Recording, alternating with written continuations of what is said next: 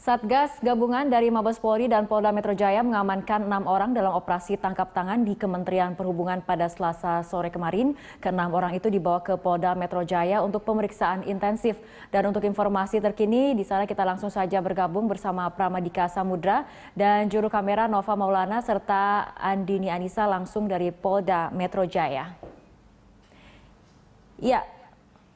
Prama, apakah sudah ada perkembangan dari hasil penyelidikan terkait operasi tangkap tangan kemarin di Kemenhub?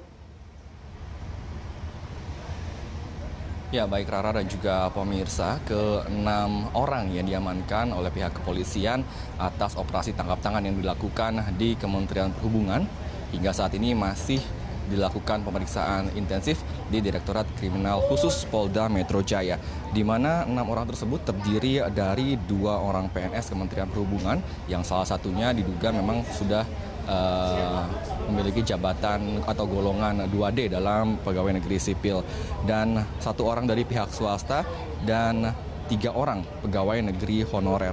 Dalam operasi tangkap tangan kemarin ada beberapa barang bukti yang telah dikantongi oleh pihak kepolisian, yaitu saksi, dokumen, buku tabungan, uang jutaan rupiah, dan juga beberapa smartphone. Kapolri Jenderal Tito Karnavian mengatakan penelusuran dilakukan selama 6 bulan sebelum akhirnya kepolisian melakukan operasi tangkap tangan di Kementerian Perhubungan, dan kepolisian pun telah berkoordinasi dengan pihak internal dari Kementerian Perhubungan untuk melakukan operasi tangkap tangan tersebut.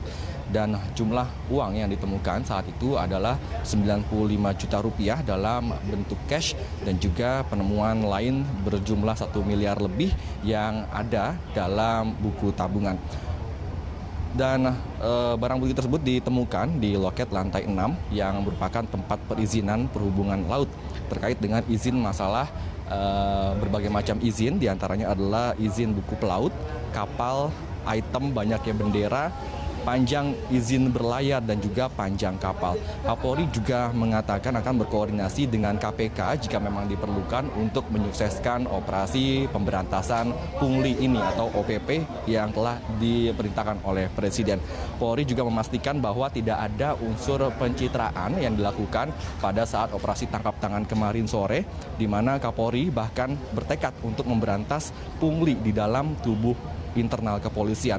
Menurut Kapolri pada beberapa saat yang lalu, menurutnya sudah ada 4 kasus internal pungli yang telah ditangani oleh pihak internal dari kepolisian, dan jajarannya hingga saat ini Polri telah ataupun akan melakukan telekonferensi dalam waktu dekat kepada seluruh jajarannya di polda-polda di seluruh Indonesia untuk menyukseskan program operasi pemberantasan pungli di seluruh Indonesia. Dan berikut pernyataan Jenderal Tito Karnavian ataupun Kapolri di Mabes Polri.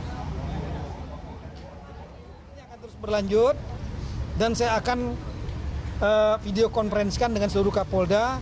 Saya minta kepada seluruh Kapolda membentuk tim untuk melakukan operasi pemberantasan pungli OPP yang sasarannya layanan publik. Layanan publik ya, mulai dari masalah perizinan, surat, baik termasuk di lingkungan kepolisian, SIM, SNK, BPKB, kemudian juga menyangkut misalnya sertifikat, pengurusan jenazah di kuburan, KTP, apapun juga yang berhubungan dengan masalah layanan publik. Ya, Rara. Kemudian polisi sudah menetapkan status bagi ke-6 orang yang ditangkap dalam operasi tangkap tangan kemarin di Kemenhub.